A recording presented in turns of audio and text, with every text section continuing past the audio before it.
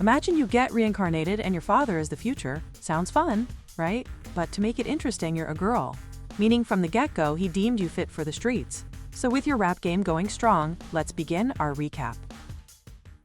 The manhwa opens with a quiet, sunlit view of a library, tall shelves lined with books that hold centuries of human thought. Among them stands a young woman, her eyes tracing the faded spine of an ancient volume. She is Arya, 18, an ordinary college student with an extraordinary fondness for stories. She gazes at the open pages before her. It feels wild to her.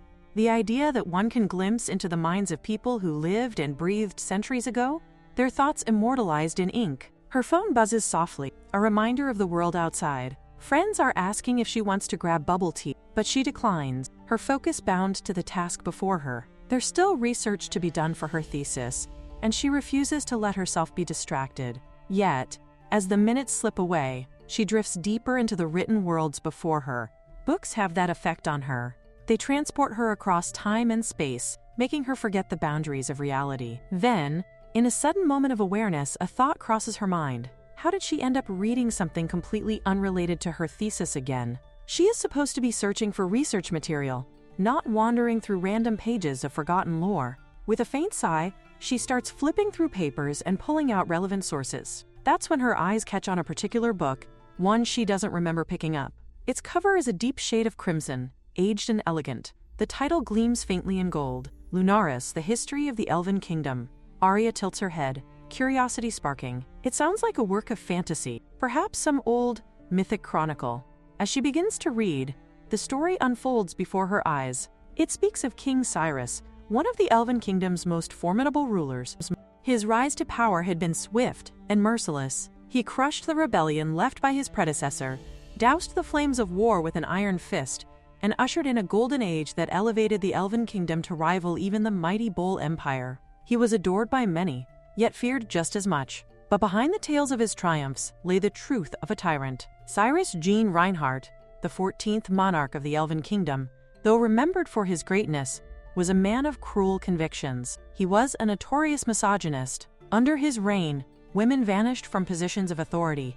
Not a single female voice was allowed to speak within the halls of power. Even the women's academies, once legacies of enlightened queens, were closed and abandoned, their wisdom lost to dust. This king, cloaked in moral justification and self-righteous purpose, had forced women out of public life and confined them to the shadows of their homes. His biases extended even to his own family, for he favored his sons openly and made no secret of his desire for a male heir. Yet, fate seemed determined to mock him. His harem bore daughter after daughter, 6 in total, with no prince to inherit his throne. Then came the fateful prophecy. As the queen prepared to give birth once more, the head prophet delivered a revelation that shook the kingdom. The unborn child was destined to lead the Elven Kingdom to a glory greater than ever before. From that moment, all of Lunaris held its breath, waiting for the birth that would change history. Arya reads on, her eyes widening as the vivid images in her mind begin to blur the line between imagination and reality. Then, her foot slips against the polished floor, and the world tilts around her. The book falls open, pages fluttering like wings. When she blinks, the library is gone. Confusion and disbelief twist through her thoughts as she looks around, breath caught in her throat. Why does this imagined scene feel so incredibly real right now? She cries out that this is supposed to be a dream, that she needs to wake up. In her first life, her parents had passed away much too soon, so she had probably craved a complete family more than anyone.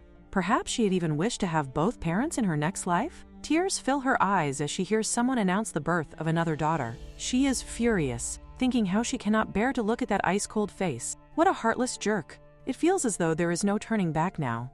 The king picks up the infant with an expression devoid of warmth, muttering that a 7th daughter is of no use.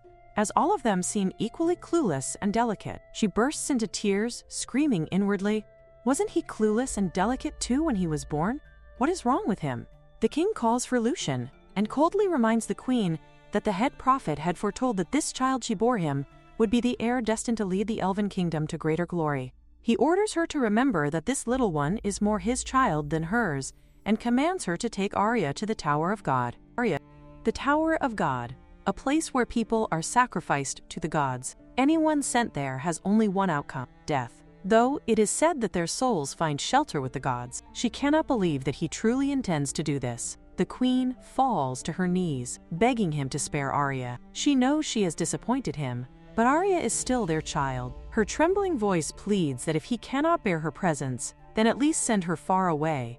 No one will ever know who she really is. The king remains silent, but the queen can tell from his expression that there is no way he would ever allow anyone to discover that his seventh child is a girl. To keep the truth buried, Lucian's real mother had already been executed. Everyone who knew anything had been silenced, forbidden from breathing a single word.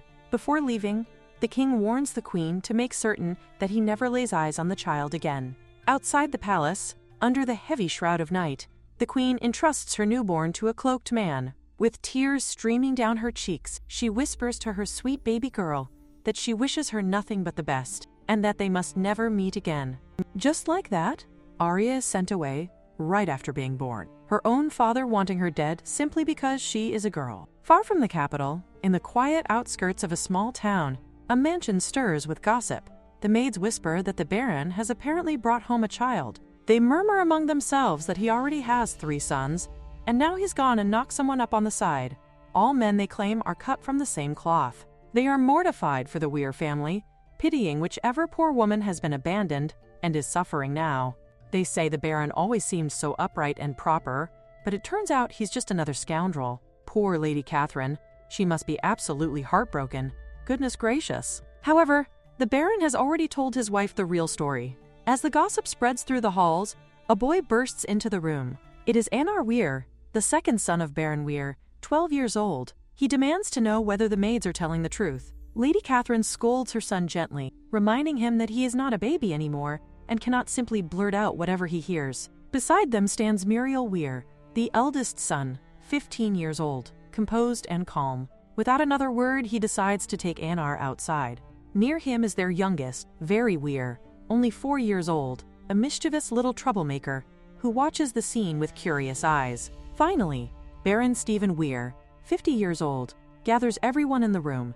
His voice carries authority as he tells them there is something they all need to understand. He pauses, letting the silence sink in, then declares firmly that the child Arya is one of them. She is their sister. The Baron commands his children to get along, but Anar shouts furiously that their father just suddenly brings home some girl he had with another woman, and now has the nerve to tell them to accept her? His anger boils over, the words bursting out before he can stop them. Muriel quickly steps forward to hold him back, but Anar shoves him away, his voice trembling with emotion as he calls his brother a coward for staying silent. How could Muriel just stand by and let this old man tear their family apart like this?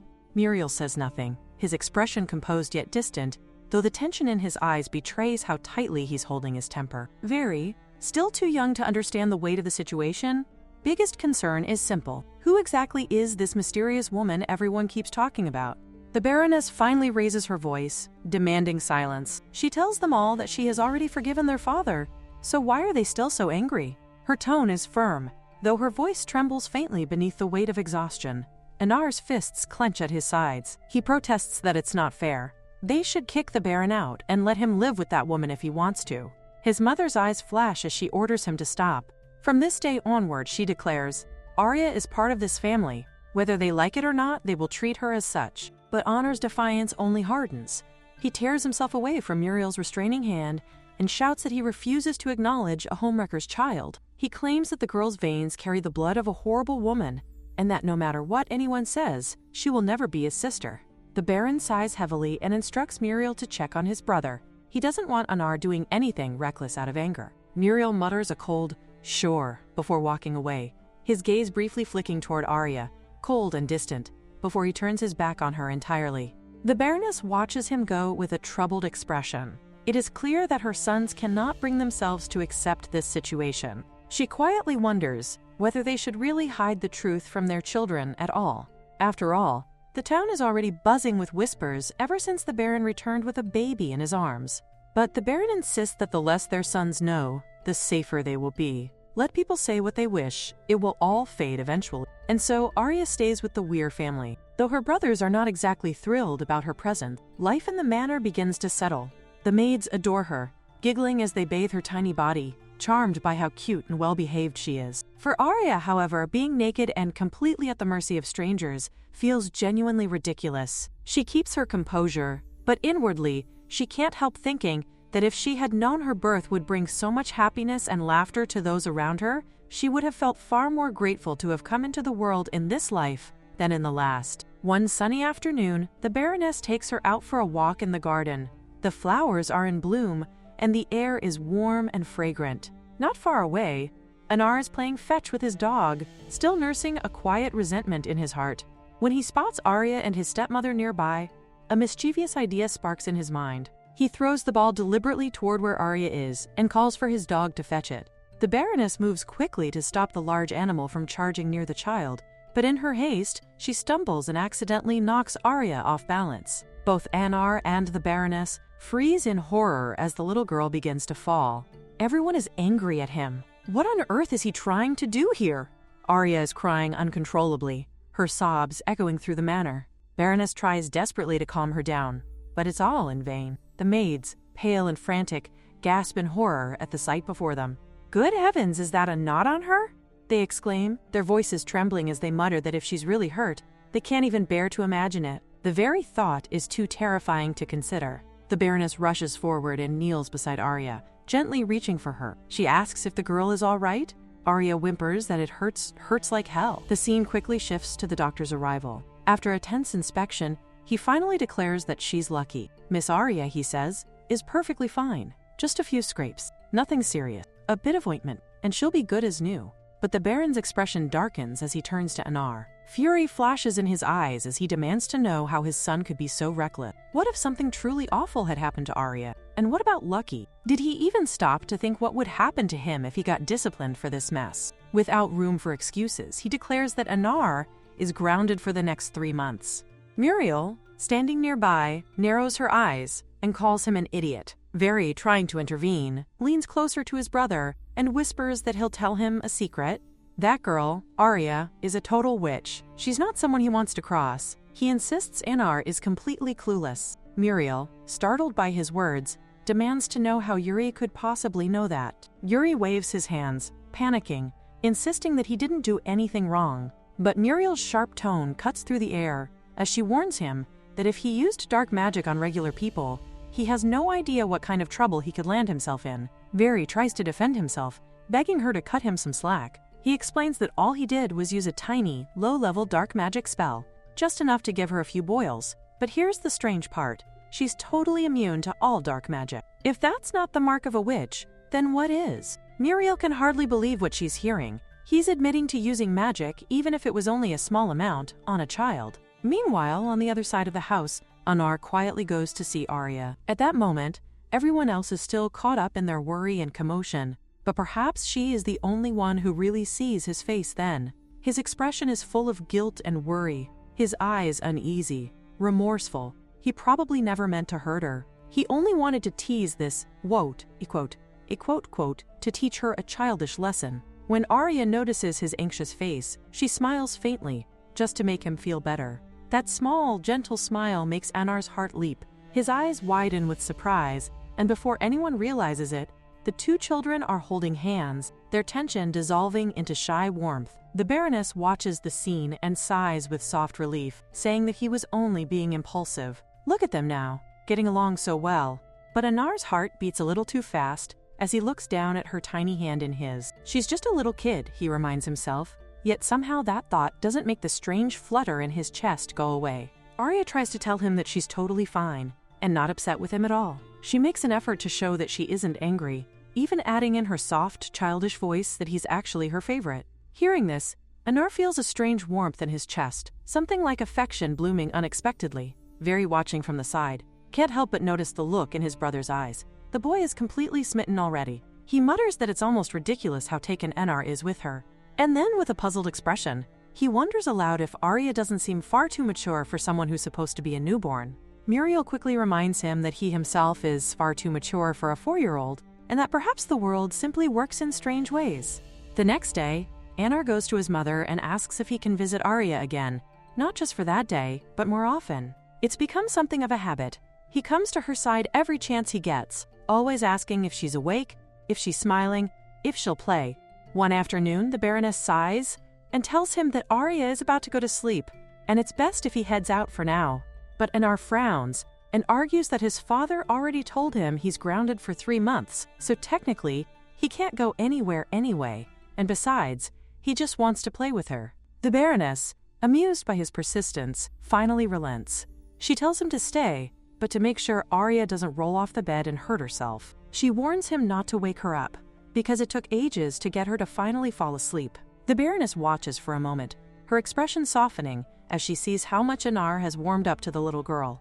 It's almost hard to believe. Some of the maids whisper quietly among themselves, wondering who this strange child really is, and why she doesn't seem lifeless like they first feared. To Anar, she feels so small, so soft, undeniably alive. He looks at her peaceful face and murmurs playfully that her favorite big brother is here to play. Arya stirs, her eyelids fluttering before she opens them, blinking at him. Her groggy thoughts swirl as she groans that she must have dreamt of 1,000,000 crows cawing at her, and somehow, that must have been his fault. She tries to lift her tiny hand, her movements clumsy and slow, attempting to tell him that she's still tired. But Anar, misinterpreting her gesture, assumes she wants him to hold her. With trembling hands, he carefully reaches for her and announces proudly that he's going to give her the honor of being held by him. He grins, teasing that she's pretty demanding and daring for someone so little, because no one, not even Very, would ever dare to ask him for anything. He pauses, surprised by the faint sweetness of her scent. She's not annoying at all, he decides.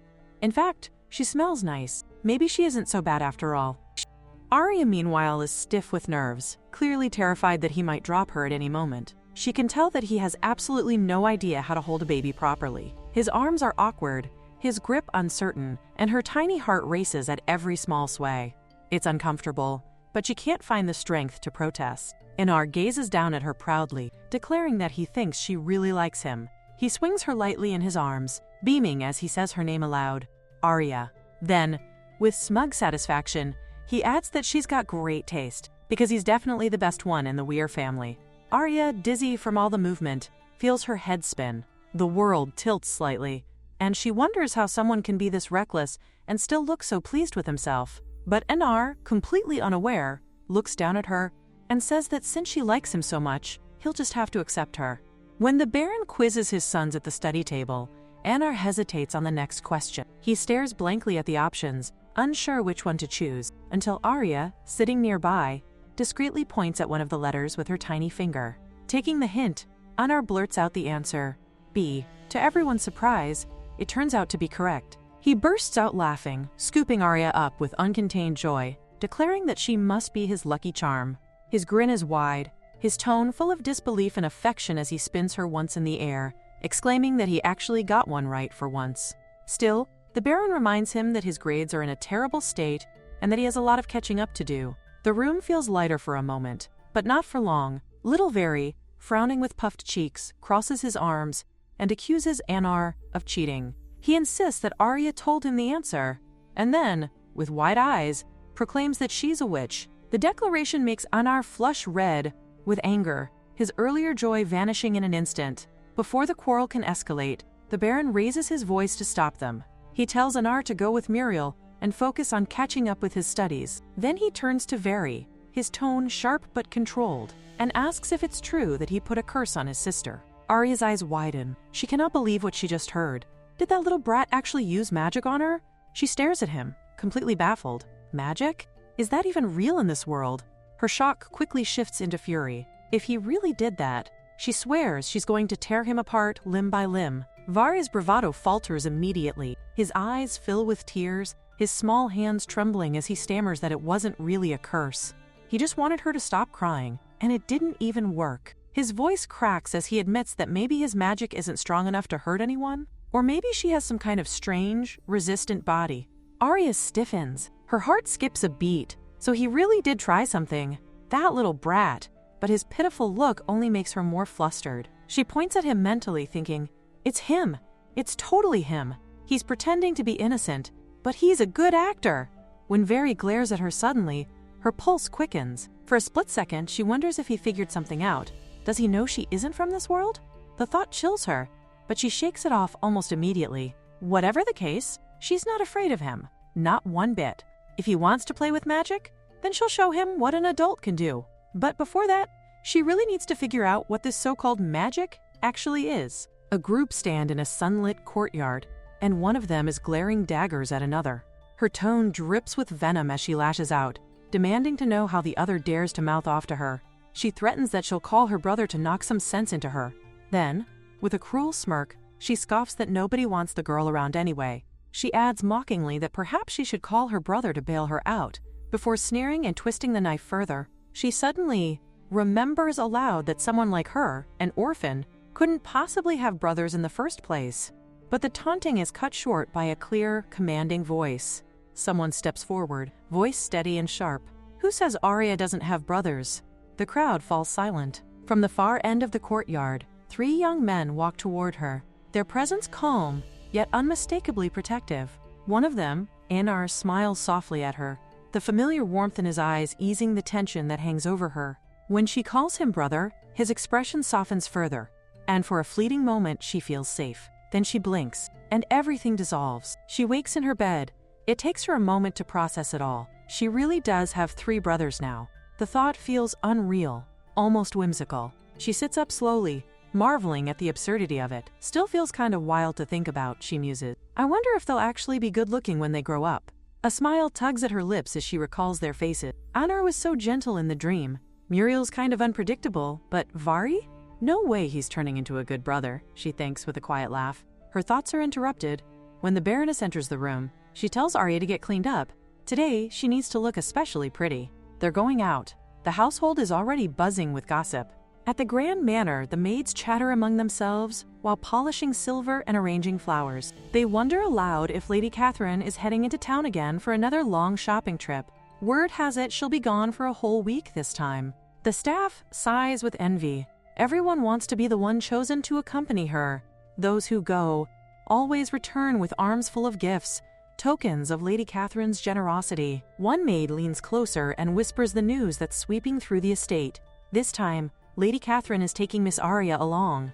A murmur of admiration follows. They all agree that Lady Catherine is such a sweet woman, treating Arya as though she were her own daughter. And Arya herself, they note, is a remarkably good child, never fussy, never tearful, always composed beyond her years. Meanwhile, Arya stands before a mirror as the Baroness examines her carefully. After trying on countless dresses, she feels utterly drained. Yet the Baroness's enthusiasm never wanes. She comments that Arya must look her best for their trip. Just then, Anar appears at the doorway, asking if she's really planning to take Arya with her into town. The Baroness smiles, explaining that she wants to buy some feminine things, pretty accessories, ribbons and lace. She adds lightly that Anar wouldn't be interested in such things anyway. She reminds him that their father is going into town as well, and that he and Muriel should accompany him instead. But Anar's expression turns serious. He insists that if Arya goes with the Baroness, he won't be able to see her for days, and she'll surely cry without him there. The Baroness laughs softly and assures him that she'll take good care of Arya. Outside, the day is bright and bustling as the carriage rolls through cobblestone streets. The Baroness remarks that it's good to go out once in a while. Being cooped up at home can be so dull. Arya presses her face to the window, eyes wide with wonder. So this is what cities in this world are like, she thinks. The streets are alive with color and noise, the stone buildings stretching tall and proud. The architecture reminds her faintly of Dubrovnik in Croatia, with its terracotta roofs and lively squares. As they pass through the heart of town, she overhears snippets of conversation, mentions of the Tower of God, and priests walking in solemn lines. She pieces together fragments of understanding. People here worship a divine being who grants magic through sacred power. The realization sparks curiosity in her mind. Magic. What even is it, she wonders. Does everyone here have it? The Baroness gestures toward a nearby shop with cheerful excitement. It's Anar's favorite dessert spot, she explains, suggesting they buy treats to bring home for everyone. They step inside, greeted by the sweet aroma of pastries and fruit. But before Arya can take in the display, she hears a whisper from across the room. A group of girls glance her way, their expressions smug and unfriendly. One of them scoffs, voice low but cutting, saying that this must be the kid everyone's been whispering about. The ladies express their surprise at seeing the Baroness here. They murmur among themselves that they didn't expect her to show up at all. But then again, after all that family drama, it's understandable. Anyone would be a bit hesitant to show their face in public after such a scandal. One of them mentions that Baron Weir has really gone off the deep end, and another adds that he still hasn't revealed anything about that woman. They scoff that he's still trying to shield her, completely ignoring how the Baroness must feel. The Baroness's lips curl into a faint smile, subtly sarcastic, yet her eyes remain calm and composed. The other lady's gaze, however, is cold, dripping with condescending sympathy. The Baroness tries to brush off their remarks, reading the mood and pretending it's nothing. Yet one of the ladies leans close to whisper to the others, saying that the girl beside her is the mistress's child. She shakes her head, claiming she can never understand how men can behave that way. Arya, standing beside the Baroness, feels her chest tighten. These women, she thinks, are such bullies. It doesn't matter the world, the era, or their social standing. The strong always seem to prey on the weak. That particularly pecky lady raises her voice, declaring that even though Arya is just a girl, there shouldn't be any disputes over inheritance. But she advises the Baroness not to simply roll over, warning that men will always walk over her if she does. With an air of misplaced concern, she suggests that she could help arrange a meeting with a priest. After all, the child could just be sent to the church. As she gestures dramatically, her hand catches her cup, spilling dark grape juice all over her fine clothes. Arya gasps, flustered, stammering that she hadn't meant it. The Baroness immediately steps in, her voice calm, as she tries to defuse the situation. She remarks that surely a lady of grace wouldn't hold a grudge against a child. Arya, anxious, assures the Baroness, her mother, that she's fine. The Baroness freezes for a moment, stunned, before her face breaks into a bright, genuine smile. Her heart swells with warmth at hearing that single word, Mom. Arya rushes forward and plants a soft kiss on her cheek. The ladies standing nearby are left speechless, utterly taken aback by the sight. The Baroness laughs softly, explaining that this little girl is so attached to her, so glued to her side, that as long as she's near, she never cries or throws a tantrum. Even if she isn't her own flesh and blood, she's closer than her actual children. The Baroness adds with a knowing smile that women shouldn't take men too seriously. Sometimes, a reliable and caring child is worth more than anything else in the world. She gently pats Arya's head, but the pecky lady nearby doesn't look pleased at all, her expression stiff with envy. Another woman, sensing the tension, turns to that pecky lady and asks whether her own child is still staying with her in-laws. The woman's face darkens immediately, and she snaps that they shouldn't talk about that. Then, hastily changing the subject, she exclaims that she almost forgot to introduce the Baroness to this lady. Her name is Ruth. They mention that Ruth's younger sister is at the royal palace almost all the time these days. Her older sister, it turns out, was handpicked by Her Majesty herself to serve as the little prince's personal maid. And now, even His Majesty seems to have taken quite a liking to her. The little prince they speak of is none other than Lucien. Ruth says with polite pride that their family is deeply honored, though she admits her sister has her own struggles. The palace, after all, is not as kind as it appears from the outside. Rumor has it the previous maid was executed for no reason, and that the palace maids are replaced every 6 months without warning. The pecky lady waves her fan with a confident smile, assuring everyone that Ruth's sister will be just fine and will do wonderfully. Her tone is too cheerful, almost dismissive. Arya's thoughts, however, drift elsewhere, her mind instantly connecting the dots. That's right, she recalls. The book said Cyrus was extremely strict with the palace servants to keep Lucian's identity hidden. Everything seems to be unfolding exactly as it did in the history of the Elven Kingdom. The same book had written that the Weir family treated Arya kindly, giving her a peaceful, though brief childhood. But that peace didn't last. Once she lost her magic and became an ordinary person, everything changed. When Cyrus and Lucian eventually discovered where she was, her life spiraled into an inescapable tragedy. She had been completely at their mercy. Now, living through this world herself, she can't just sit idly by and watch that same fate repeat. She refuses to be helpless again. How can I be my own master in this world? She wonders. She knows far too little, and knowledge is the only weapon she has. That means she must rely on something, and that something is magic. Her eyes land on the old leather-bound magic book displayed on the shelf in front of her. They are at the bookstore now. The Baroness, meanwhile, is looking over at Muriel, wondering aloud why he insists on buying so many books. Can he really finish them all? She muses with a small smile. On the other side, Arya keeps trying to reach the book she wants, stretching her small hands toward it. The Baroness notices and takes the book down for her. Arya looks up gratefully, thanking her with bright eyes. Magic! That's where she needs to start. Arya's eyes widen in amazement as she looks at the countless books and trinkets spread out before her. The others watch with growing curiosity, eager to see which one she'll choose. Their eyes follow her every move, whispering among themselves, wondering what has caught the little girl's attention this time. Finally, Arya reaches out and picks the magic book. The Baroness claps her hands lightly with a delighted laugh, exclaiming that she knew it. She tells the others that this particular book is Arya's absolute favorite. The ladies exchange amused glances, one of them chuckling that it's almost uncanny. They whisper to each other in disbelief. How wild is that? Is this little girl wisdom personified or something? Arya, however, is completely absorbed in the pages. She quickly realizes that the language written within is entirely different from the one she knew back in her old world, and yet somehow she can read it perfectly. Every symbol, every line makes sense to her. It feels natural, instinctive. That's incredible, she thinks, her heart racing in quiet awe. The book explains that when it comes to Lunaris's magic, there are two main theories. The first group believes that the world was crafted by the god, who then scattered divine power throughout every corner of existence. Spells, in this belief, are the keys to unlocking that secret energy. Certain individuals, those born with special physique, can endlessly draw upon and command that divine force through the use of spells. The second theory, however, claims that the world God created is a vast tapestry woven from countless elements. Magic in this view isn't divine at all. It's simply the process of rearranging these elemental threads. When a person with the right body and strength gathers enough power, they can create a magical resonance with the spell they cast, and that's when true miracles happen.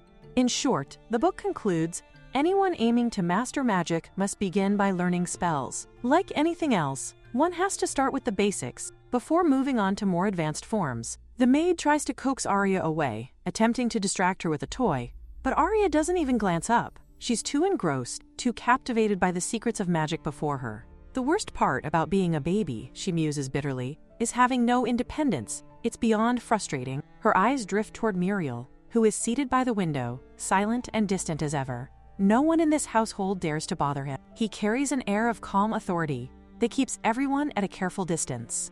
Later that night, during dinner, the Baroness remarks that Arya hasn't been taking naps lately. All she wants to do is Very leans closer and whispers jokingly that she must be a witch. Her sweet, innocent look is totally fake. But he immediately falls silent when both Muriel and Anar turn their sharp gazes toward him. The Baron only chuckles, brushing off the comment. He says it's perfectly normal. Arya is growing so fast every day that before they know it, she'll be sitting right there at the dining table, eating with them like any other member of the family. Suddenly, the lights flicker and go out. The entire hall is plunged into darkness. Anar jumps up, shouting in alarm, demanding to know what on earth is happening to this place. He curses under his breath, declaring that the house must be haunted. The Baroness immediately raises her voice, scolding him to calm down. It's just a power outage. No need to frighten Arya. Then she turns toward the little girl, her tone soft and reassuring, telling her not to be scared, that everything is fine, and the lights will return soon. Very snickers quietly, thinking that Arya must be a total scaredy cat. The Baron, however, remains calm and suggests that it might take a while before the power returns. He orders the servants to light some candles. As the first candle flickers to life, Arya blinks in astonishment. So even this world has power outages, she thinks, half amused. Muriel, without a word, raises his hand, and with a soft pulse of light, magic flares to life at his fingertips. A delicate flame blossoms in midair, warm and steady. The others fall silent, watching the mesmerizing scene as Muriel's magic illuminates the room. Arya stares, transfixed. So this is what fire truly is in this world. The glow dances in his eyes, and for a moment, it looks almost alive, like a tiny dragon of flame, curling and coiling in his palm. Muriel is in the middle of his studies when a sudden knock echoes from the door. He gets up, slightly irritated at the interruption, and goes to see who it is, only to find Arya standing there. Without a word, he brings her inside and takes her straight to his mother, asking if the maids could keep an eye on Arya for a while. Lately, she has been constantly darting around the manor like a tiny whirlwind, and he has almost tripped over her more times than he can count. Arya's bright expression falters at his words, her small shoulders sinking as sadness washes over her face. The Baroness, however, only smiles fondly and tells her son that Arya behaves that way because she adores him. That's why she keeps running straight toward him with so much excitement. Muriel glares back, clearly unconvinced, muttering that she's not adoring him. She's seriously bothering him. And so it seems Arya has finally met her match in this world. Muriel. No amount of sweetness, charm, or wide-eyed innocence works on him. She can pour all her effort into being as irresistibly cute as possible, and he will still look at her with the same unreadable, calm stare. At 15, Muriel is the very image of a prodigy, a brainiac, through and through. In the Elven Kingdom, where proper education is a rarity among commoners, his intellect stands far above the rest. When he was only 10, a well-known scholar took notice of his extraordinary talent and personally recommended him for admission into the Royal Academy. It was an opportunity so rare that only a handful ever receive it. Now he studies alongside the sons and daughters of the realm's highest nobility, including princes and princesses. Muriel, however, remains detached from all of it.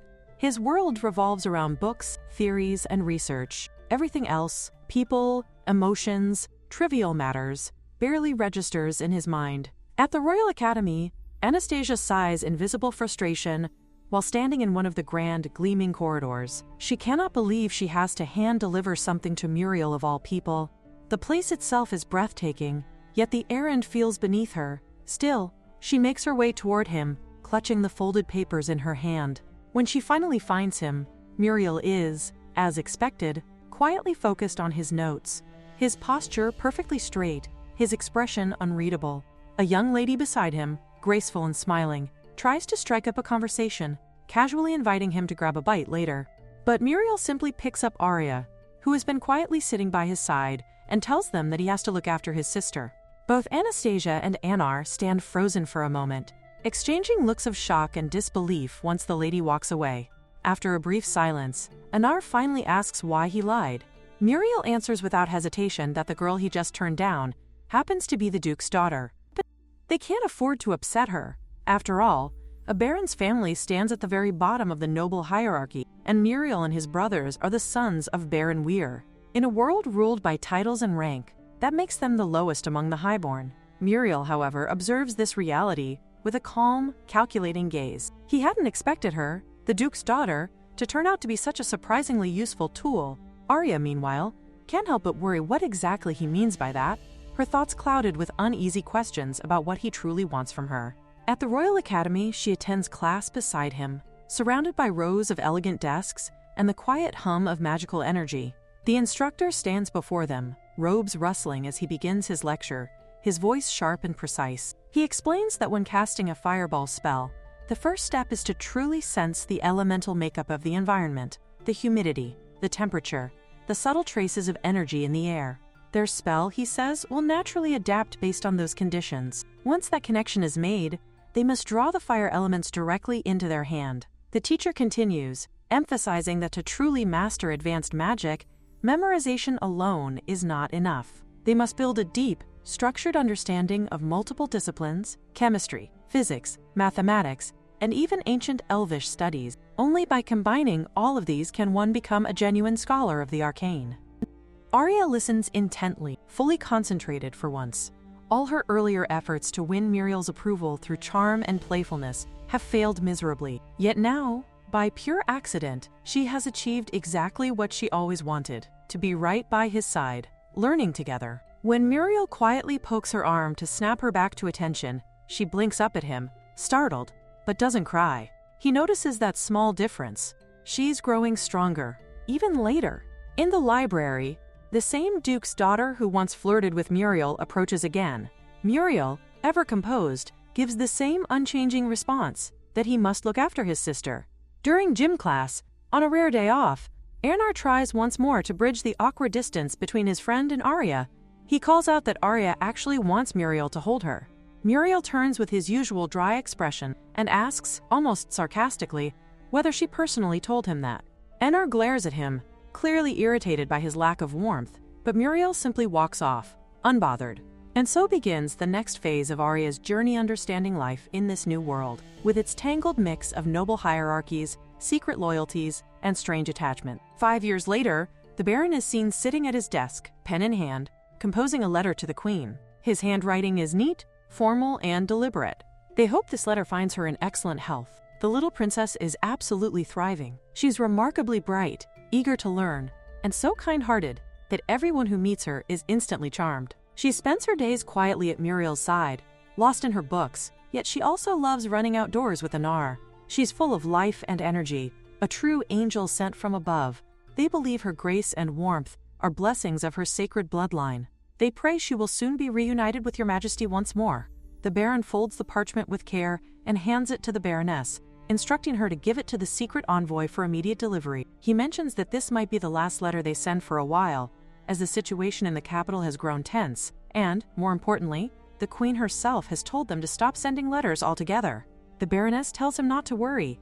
As long as Arya is safe, happy, and thriving, the Queen will surely be at ease. Outside in the courtyard, the maids gather around Arya with cheerful faces and pleading eyes, asking her to tell them another story. They insist that her stories are the best, far better than anything they've ever heard. Arya tilts her head thoughtfully, pretending to consider their request, and then smiles mischievously as she asks what they want to hear today. She decides that, for once, they should skip the usual tales about princes and princesses and talk about something entirely different. She never expected her fairy tales to become such a huge hit among the servants. Time has truly flown by. 5 years have already zipped past like a dream. The book she once read said that it's incredibly important to win people over and build strong connections, and she's taken that lesson to heart. In this life, she has sworn she will never again be the helpless Arya who gets pushed around by everyone. As the maids settle down eagerly, Arya begins her story with a soft but confident tone. She tells them about a sweet little girl everyone adored, called Little Red Riding Hood. One day, that little girl set off into the forest to bring food to her grandmother. The maids listen, completely spellbound by every word, their laughter and gasps punctuating the quiet afternoon air. Watching her from the veranda, the Baron cannot help but sigh. Arya, in his eyes, is far from an ordinary child. She's far too intelligent, too understanding, and far too mature for her age. She doesn't act like a 5-year-old at all, more like a miniature adult. Though her brilliance fills him with pride, it also brings him unease. It might be fine for her to stand out here, in their quiet little region, but what if her light draws unwanted attention? What if a prince or a minister notices her someday? All he truly wishes is for Arya to live a peaceful, happy life, one untouched by royal politics or courtly intrigue ever again. And then, there's her secret identity, something only he and the Baroness know, and something that continues to weigh heavily on their mind. A knock interrupts his thoughts. Muriel steps inside, his posture neat and composed as always. He informs his parents that Arya is already over 5 years old now. When he and his brothers had reached that age, their mother had already arranged tutors for them at home. He explains that no matter what path Arya chooses later in life, early education is crucial for her development. Since he spends most of his time at the Royal Academy, he can't provide her with proper, structured lessons himself, so he asks, very plainly, what their plan is for her. Both parents fall silent. Muriel continued, stating that Arya is incredibly bright, perhaps even smarter than he was at her age, and that, with the right education, she could easily become someone the entire country would notice. But that is exactly what Baron Weir fears most. The Baroness softly admits that she only wants Arya to stay with her, safe and close, far away from the eyes of nobles and kings. Muriel looks genuinely confused by her words. Hasn't his mother always believed that children should bring honor and prestige to the family name? The Baron explains gently that Arya is still very young, and there's no need to rush her into anything yet. Later, the maids whisper among themselves in hushed voices, gossiping that Baron Weir and Muriel had a massive argument, apparently all because of Arya. They are astonished, since Muriel has always been calm and easygoing. None of them ever thought he would stand up to his father, especially not over a little girl. When Very hears about this, curiosity drives him to see it for himself. As he approaches, he witnesses the tension firsthand, the heavy air between father and son, the sharp words exchanged before Muriel abruptly opens the door and walks out. The Baron calls after him, but Muriel disappears down the hall without turning back. Very stands frozen, bitterness churning in his chest. He cannot understand why Muriel is always so concerned about that little switch girl. Before she came, their mother and brothers adored him. They used to look after him constantly, treating him with endless warmth and care. But ever since Arya arrived, everything has changed. The Baroness keeps saying that Arya is too little, that everyone must protect her at all costs, and now it feels like the entire household revolves around that illegitimate child. Vairi's thoughts spiral with resentment. Why does she get everything handed to her so easily? Why does she have everyone's attention without even trying? The anger inside him builds until, at that very moment, Arya comes running toward him, calling out his name with her usual brightness. He clenches his teeth, rage flashing through his eyes, and declares in a cold, trembling voice that he will never accept her. His words strike her like a blow, leaving her stunned and speechless, the light in her eyes fading as the reality of his rejection sinks in. She thinks that, well, she really can't win them all. She feels that Weir probably hates her even more now, all because of Muriel. At Anar's room, Anar cries in frustration, wondering why homework even exists. It's such a gorgeous day, and all he wants to do is go play outside. Arya recalls that Muriel really wants her to get the same education her 3 brothers received, but Weir and Catherine aren't quite on board. Weir is probably afraid that if she receives too good an education, some important scholar might notice her, just like they did with Muriel. Then her real identity would be at risk. According to that book, it was because her identity was exposed that everything went wrong. Yet, if she doesn't get an education and remains some weak, ordinary girl, she's basically just waiting to die. So Muriel isn't wrong, and neither is Weir, but she can't let them fight because of her. Meanwhile, Anar, still crying, asks Arya what's wrong with her. She tells him that she's going to see Muriel and will be back in a bit. He keeps crying, believing that she doesn't like him anymore, convinced that she thinks he's dumb and can't even finish his homework, so she must dislike him. When Arya reaches Muriel's room, she questions him, wondering if he really doesn't think this will work. Muriel asks why she doesn't want a tutor, why she thinks studying on her own is enough. He wonders if she's scared that he'll get into another fight with their father. And if that's not the reason, perhaps she's heard people whispering that she's being treated differently because she's an illegitimate child. He asks if she wants to prove them right, because that would only drag their family's name through the mud. Arya doesn't care what anyone else says. She knows they all love her. Muriel then asks if she thinks he loves her too. She answers, of course he does. He gently pats her head and tells her not to worry, promising that he won't argue with their dad and mom anymore. And then, he adds with determination that she should just wait. He has a plan. The scene shifts. Arya asks the maid if they are expecting a visitor from out of town. The maid replies that yes, they are. The Baron and the lady said he's a very important guest, and they are in the drawing room with him right now. Curious, Arya quietly goes and peeks inside. She overhears someone remarking that Muriel has always been exceptional. The man continues, explaining that his main reason for coming this time is to discuss Muriel's future. He has been petitioning His Majesty recently, hoping to expand the nation's educational institutions, and he has even drafted a public education proposal. But even if that proposal passes into law, it will be useless without skilled people. The country desperately needs excellent educators. He then asks what the two of them think about Muriel pursuing a career in education. From what he has gathered, Muriel himself wishes to continue his studies. It is his hope that Muriel will become his postgraduate student and later work as an educator. The man, whose name is Dr. David, adds that Muriel still feels he needs his family's approval for his future plans. The Baron and Baroness think that it is a tremendous honor for their family to have such an endorsement. Just then, Arya accidentally bumps into the maid. She quickly apologizes, saying she didn't mean to do that. Muriel notices her and calls for her to come in. Everyone in the room turns to look at her, confused,